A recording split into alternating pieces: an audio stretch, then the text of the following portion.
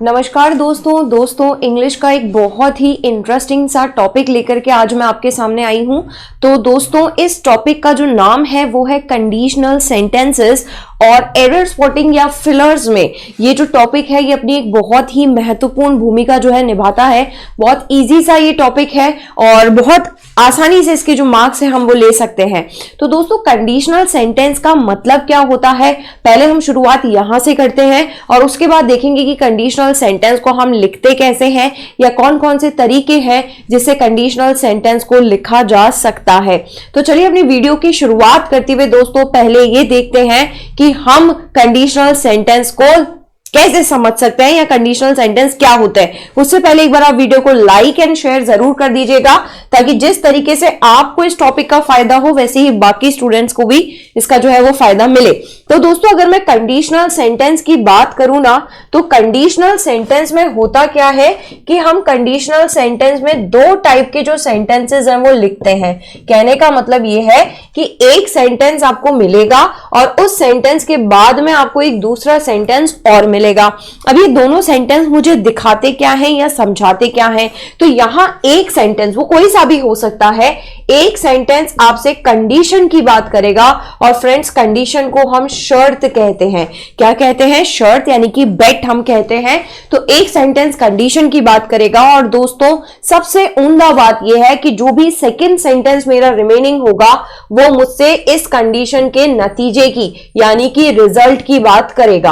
अब दोस्तों देखो एक बात समझिएगा, जब भी हम किसी से बेट लगाते हैं या शर्त लगाते हैं तो सबसे महत्वपूर्ण बात यह होती है शर्त का लगना, यानी शर्त लगनी बहुत जरूरी है तभी हम जाकर उसके नतीजे की बात जो है वो करते हैं। नाउ सेकेंड चीज क्या है कि जब मैंने मान लीजिए कि शर्त लगा ली है तो अब उस शर्त का जो नतीजा होता है वो संभावित होता है। संभावित से मेरा मतलब है आप उस नतीजे में हार भी सकते हो और आप उस नतीजे में जीत भी सकते हो।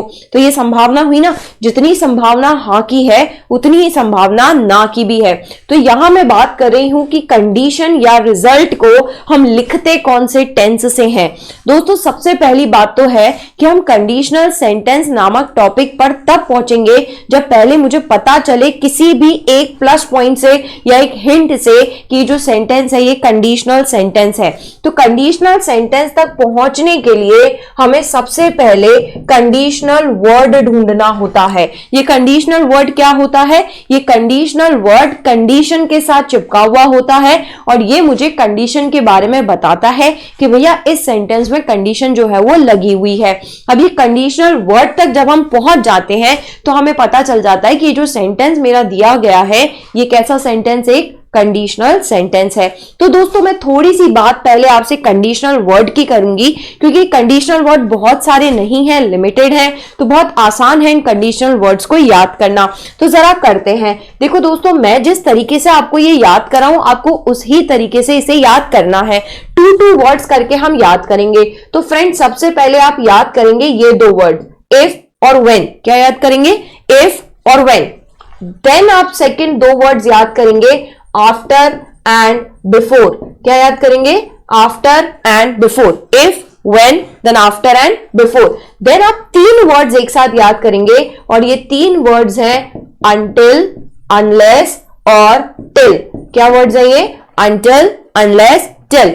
पहले दो words if, when, then after, before, then until, unless and till। Then दो वर्ड्स एक साथ याद करेंगे as, long as और एक as soon as। क्या याद करेंगे? as long as और एक as soon as और लास्ट में एक वर्ड याद करेंगे as well as। ठीक है, तो कुल मिलाकर if, when, after, before, till, until, unless, as long as soon as और as well as। समझ में आया?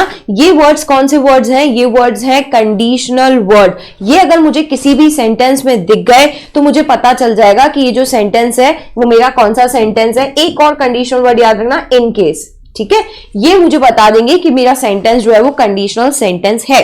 अब ये वर्ड्स कौन से सेंटेंस के साथ यूज होते हैं? कंडीशन वाले सेंटेंस के साथ जो है वो कंडीशनल वर्ड यूज होते हैं। तो मेरा पहला स्टेप क्या होगा?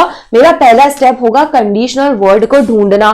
जैसे ही मुझे कंडीशनल वर्ड दिख जाएगा, मुझे अपने आप पता चल जाएगा कि सेंटेंस जो है वो कंडीशनल सेंटेंस है। अब मैंने आपसे क्या कहा था दोस्तों?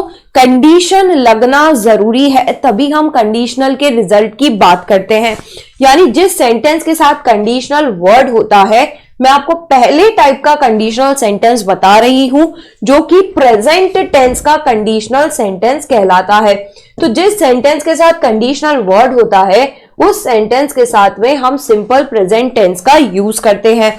और दूसरी बात, क्योंकि सेकंड सेंटेंस रिजल्ट पर है, और मैंने आपसे क्या कहा था कि रिजल्ट संभावना है, जितनी संभावना हाँ की है उतनी संभावना ना की भी है, यानी ये पॉसिबिलिटी का है, इसीलिए हम यहां पर फ्यूचर टेंस का यूज करते हैं। चलिए अब जरा एक एग्जाम्पल के बारे में हम बात कर लेते हैं। मान लीजिए फ्रेंड्स, मैंने एक एग्जाम्पल लिखा कि if you study you will pass. क्या लिखा मैंने?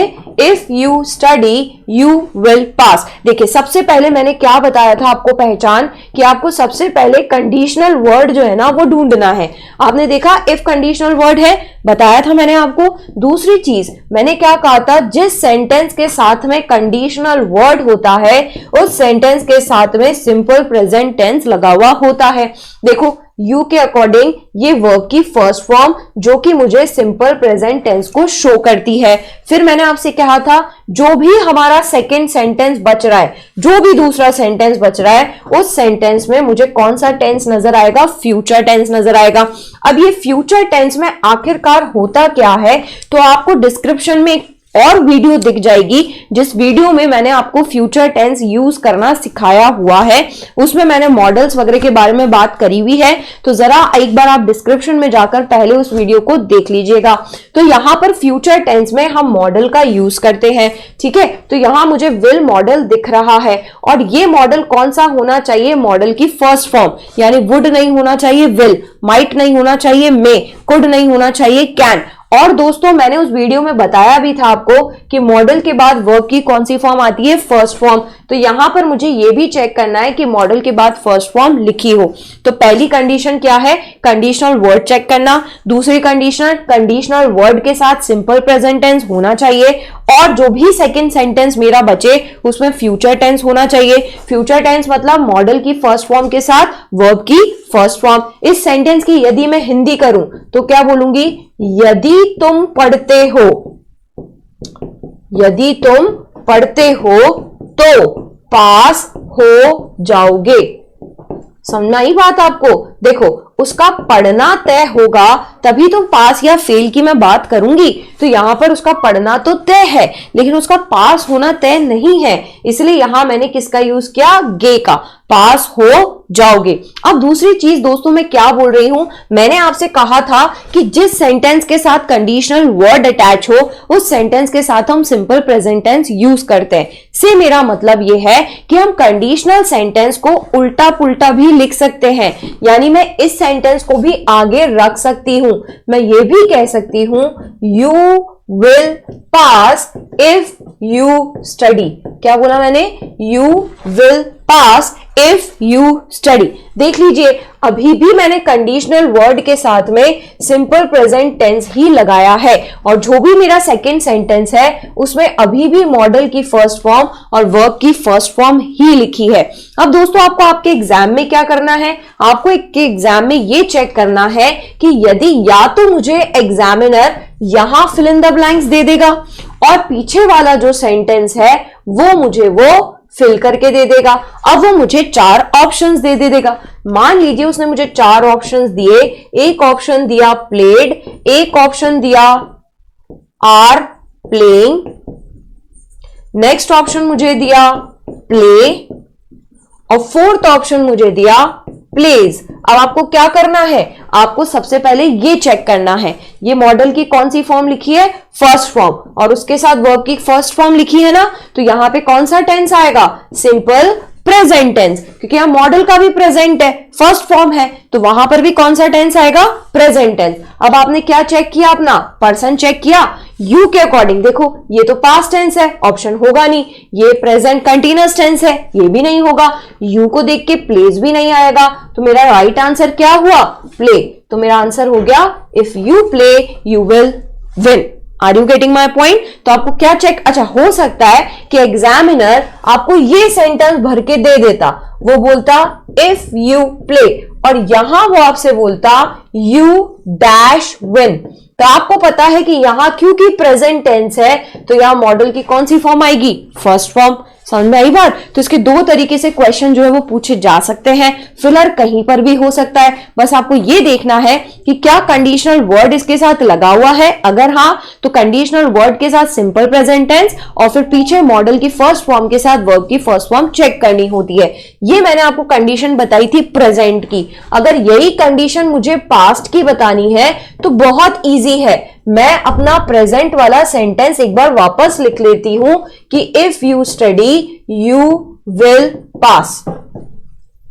ठीक है, अब आपको कुछ नहीं करना, ये प्रेजेंट की कंडीशन है क्योंकि दोनों तरफ प्रेजेंट टेंस है। अब आपको इसी कंडीशन को पास्ट में बदलना है, तो आपको सिवाय यहां दोनों तरफ पास्ट टेंस होगा। स्टडी का क्या करना पड़ेगा? स्टडीड, यानी कि वर्ब की कौन सी फॉर्म लगानी पड़ेगी? Second form. और यहां पर विल का क्या करना पड़ेगा? वुड। लेकिन दोस्तों विल भी मॉडल है, मॉडल की फर्स्ट फॉर्म है, मॉडल के बाद तो वर्ब की फर्स्ट फॉर्म ही आती है ना, और वुड क्या है? मॉडल की सेकेंड फॉर्म, पर है तो मॉडल ही ना, तो इसके बाद में भी वर्ब की कौन सी फॉर्म आएगी? फर्स्ट फॉर्म ही आएगी। ये आपको एग्जाम में बहुत इंपॉर्टेंटली ध्यान रखना है कि मॉडल को तो हम सेकंड फॉर्म में कन्वर्ट कर देंगे क्योंकि मुझे सिचुएशन किसकी बनानी है? पास्ट की बनानी है। लेकिन चाहे आप वुड लिखें चाहे आप विल लिखें, है तो मॉडल ही, और मॉडल के बाद वर्ब की कौन सी फॉर्म आती है? First form. तो ये दो टाइप की कंडीशन जो है वो मैंने आपको इस वीडियो में बताई है। पहली कंडीशन प्रेजेंट की है जिसमें आपको यहां पर भी प्रेजेंट ध्यान रखना है और यहां भी मॉडल की फर्स्ट फॉर्म के साथ वर्ब की फर्स्ट फॉर्म याद रखनी है। और जैसे ही मैंने इस कंडीशन को पास्ट की बनाया, ऑटोमेटिकली आपको वर्ब की सेकेंड फॉर्म के साथ मॉडल की सेकेंड फॉर्म चेक करनी पड़ेगी। क्या दोस्तों आपको इतना समझ में आया? बिल्कुल। देखो यहां पर भी मैंने कंडीशनल वर्ड के साथ ही सिंपल टेंस लगाया है और जो भी मेरा सेकंड सेंटेंस है उसके साथ मॉडल की सेकंड फॉर्म। आप चाहो तो इस सेंटेंस को भी वाइसा वर्सा लिख सकते हो। आप ये कह सकते हो you would pass if you studied.